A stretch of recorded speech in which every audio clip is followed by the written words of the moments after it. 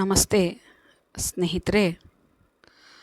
ಅನೇಕ ಜನ ವಿದ್ಯಾರ್ಥಿನಿಯರು ಶಬ್ದಮಣಿ ದರ್ಪಣಕ್ಕೆ ಸಂಬಂಧಪಟ್ಟಂಥ ಪ್ರಶ್ನೆಗಳು ಯಾವ ರೀತಿ ಬರ್ತವೆ ಅನ್ನುವಂಥದ್ದನ್ನು ಕೇಳಿದ್ರಿ. ಆ ಕಾರಣಕ್ಕಾಗಿಯೇ ಶಬ್ದಮಣಿ ದರ್ಪಣದ ಸಮಾಸ ಪ್ರಕರಣದಲ್ಲಿ ಬರುವಂಥ ಈ ಹಿಂದಿನ ಪ್ರಶ್ನೆ ಪತ್ರಿಕೆಗಳಿಗೆ ಸಂಬಂಧಪಟ್ಟಂಥ ಪ್ರಶ್ನೆಗಳನ್ನು ನಿಮ್ಮ ಮುಂದೆ ಇಡ್ತೀನಿ. ನಿಮ್ಮ ಪರೀಕ್ಷೆಗೆ ಸಹಾಯಕವಾಗಬಹುದು. ಈ ವರ್ಷದಿಂದ NEPಯಲ್ಲಿ 5 ಮತ್ತು 6ನೇ ಸೆಮಿಸ್ಟರ್ನಲ್ಲಿ ಶಬ್ದಮಣಿ ದರ್ಪಣ ಪೂರ್ತಿಯಾದಂಥ ಪೂರ್ಣ ಪ್ರಮಾಣದ ಪತ್ರಿಕೆಯನ್ನಾಗಿ ಅಭ್ಯಾಸ ಮಾಡ್ತಾಯಿದ್ದೀರಿ.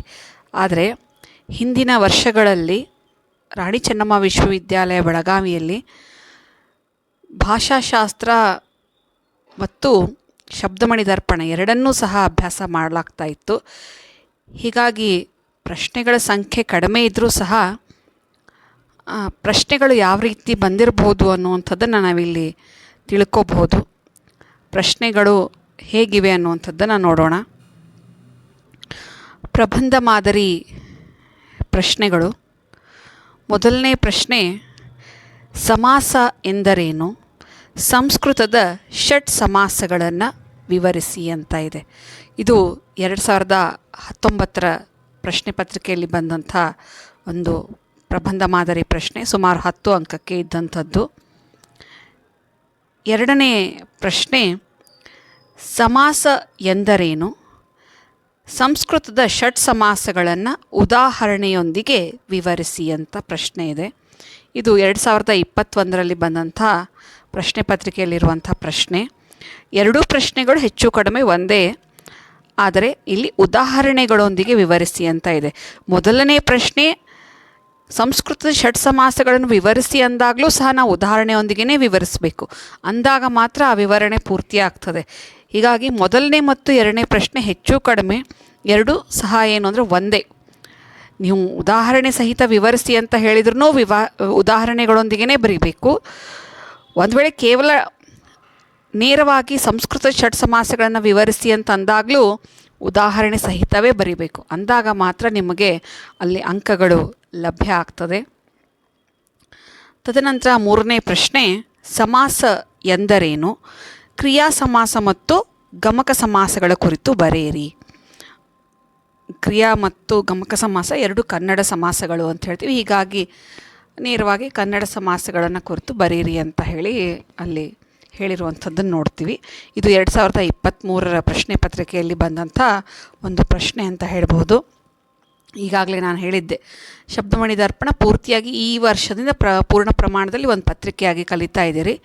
ಹಿಂದಿನ ವರ್ಷಗಳಲ್ಲಿ ಅದು ಏನು ಅಂದರೆ ಹಂಚಿ ಹೋಗಿತ್ತು, ಒಂದು ಭಾಷಾ ವಿಜ್ಞಾನ ಮತ್ತು ಮತ್ತೊಂದು ಶಬ್ದಮಣಿ ದರ್ಪಣ ಅಂತ. ಹೀಗಾಗಿ ಪ್ರಶ್ನೆಗಳ ಸಂಖ್ಯೆ ಕಡಿಮೆಯಲ್ಲಿ ಇರ್ತವೆ ಅಂತ. ಆದರೂ ನಿಮಗೆ ಯಾವ ರೀತಿ ಪ್ರಶ್ನೆಗಳು ಬರಬಹುದು ಅನ್ನುವಂಥ ಒಂದು ಕಲ್ಪನೆ ಬಂದಿರ್ತದೆ.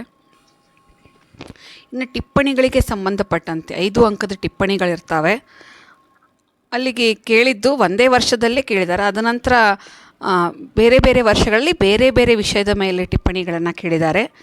2020 ಪ್ರಶ್ನೆ ಪತ್ರಿಕೆಯಲ್ಲೇ ಎರಡು ಸಮಾಸಗಳ ಕುರಿತು ಟಿಪ್ಪಣಿಯನ್ನು ಕೇಳಿದ್ದಾರೆ. ಒಂದು ಅರಿ ಸಮಾಸದ ಬಗ್ಗೆ ಕೇಳಿರುವಂಥದ್ದು 2020ರಲ್ಲಿ. ಹಾಗೆ ಉತ್ತರ ಪದದ ಅರ್ಥ ಪ್ರಧಾನ ಸಮಾಸಗಳು ಅಂತ ಕೇಳಿದ್ದಾರೆ ಪ್ರಶ್ನೆಯನ್ನು. ಇಲ್ಲಿ ನೀವು ಸ್ವಲ್ಪ ಗಮನಿಸಬೇಕು, ಅವು ಯಾವುವು ಅನ್ನುವಂಥದ್ದನ್ನು. ಯಾಕಂದರೆ ಉತ್ತರ ಪದದ ಅರ್ಥ ಪ್ರದಾನ ಕೊಡುವಂಥ ಸಮಾಸಗಳು ಯಾವುವು ಅಂತ ನಿಮ್ಗೆ ಗೊತ್ತಾದಾಗ ಮಾತ್ರ ಅವುಗಳನ್ನು ವಿವರಿಸೋದಕ್ಕೆ ಸಾಧ್ಯ.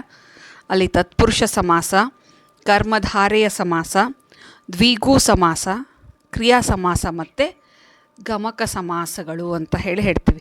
ಈ ಸಮಾಸಗಳ ಕುರಿತು ನೀವು ಕಡಿಮೆ ಅಂದರೆ ಟಿಪ್ಪಣಿ ರೀತಿಯಲ್ಲಿ ಏನು ಅಂತಂದರೆ ಉತ್ತರವನ್ನು ಬರಿತಾ ಹೋಗಬೇಕು. ಸುಮಾರು 5 ಅಂಕಗಳಿಗಿರ್ತದೆ. ಅದನ್ನು ಅರ್ಥ ಮಾಡಿಕೊಂಡು ಕೇವಲ ಅದರದ್ದು ವ್ಯಾಖ್ಯೆ ಅಥವಾ ಒಂದು ಉದಾಹರಣೆನ ಬರೆದ್ರೂ ಸಾಕು. ಅವು ಅಷ್ಟು ಸಮಾಸಗಳು ಅಲ್ಲಿ ಏನಾಗ್ತವೆ ಅಂದರೆ ಬರೆಯೋದಕ್ಕೆ ಸಾಧ್ಯ ಆಗ್ತದೆ 5 ಅಂಕಕ್ಕೆ.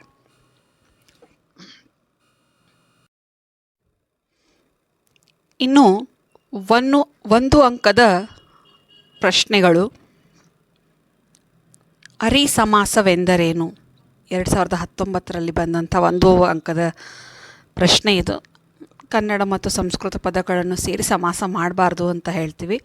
ಹಾಗೆ ಅದು ಮಾಡಿದ್ರೆ ದೋಷ, ಅದನ್ನೇ ನಾವು ಅರಿ ಸಮಾಸ ಅಂತ ಹೇಳ್ತೀವಿ ಅಂತ.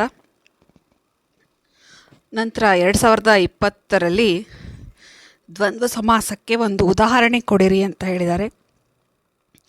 ಗಿಡ, ಮರ, ಬಳ್ಳಿ, ಕೃಷ್ಣಾರ್ಜುನರು, ಈ ಥರ ನೀವು ಉದಾಹರಣೆಗಳನ್ನು ಕೊಡಬಹುದು. ಅದೇ ವರ್ಷದಲ್ಲಿ ಮುಕ್ಕಾಲು ಯಾವ ಸಮಾಸದ ಉದಾಹರಣೆ ಅಂತ ಕೊಟ್ಟಿದ್ದಾರೆ? ಅಂಶಿ ಸಮಾಸ. 4ನೇ ಪ್ರಶ್ನೆ, ಅರಮನೆ ಯಾವ ಸಮಾಸ ಅಂತ ಇದೆ 2021ರ ಪ್ರಶ್ನೆ ಪತ್ರಿಕೆಯಲ್ಲಿ. ತತ್ಪುರುಷ ಸಮಾಸ, ಅರಸನ ಪ್ಲಸ್ ಮನೆ, ಅರಮನೆ, ಆ ಕಾರಣದಿಂದ ತತ್ಪುರುಷ ಸಮಾಸ ಆಗ್ತದೆ.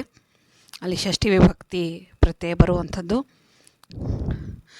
ನಂತರ 5ನೇ ಪ್ರಶ್ನೆ ಅದೇ 2021ರಲ್ಲಿ ಕೇಳಿದಂಥದ್ದು, ಕನ್ನಡ ಸಮಾಸಗಳಾವವು ಅಂತ. ಕನ್ನಡ ಸಮಾಸಗಳು ಕ್ರಿಯಾ ಸಮಾಸ, ಗಮಕ ಸಮಾಸ ಮತ್ತು ಇತ್ತೀಚಿನ ವಿಪ್ಸಾ ಸಮಾಸ ಅಂತ ಹೇಳಿ ನಾವು ಹೇಳ್ತೀವಿ. ಅದಾದಮೇಲೆ 2022ರ ಪ್ರಶ್ನೆ ಪತ್ರಿಕೆಯಲ್ಲಿ ಸಮಾಸವೆಂದರೇನು ಅಂತ ಕೇಳಿದರೆ ಅದನ್ನು ನೀವು ವ್ಯಾಖ್ಯಾನ ಬರೀಬೇಕು.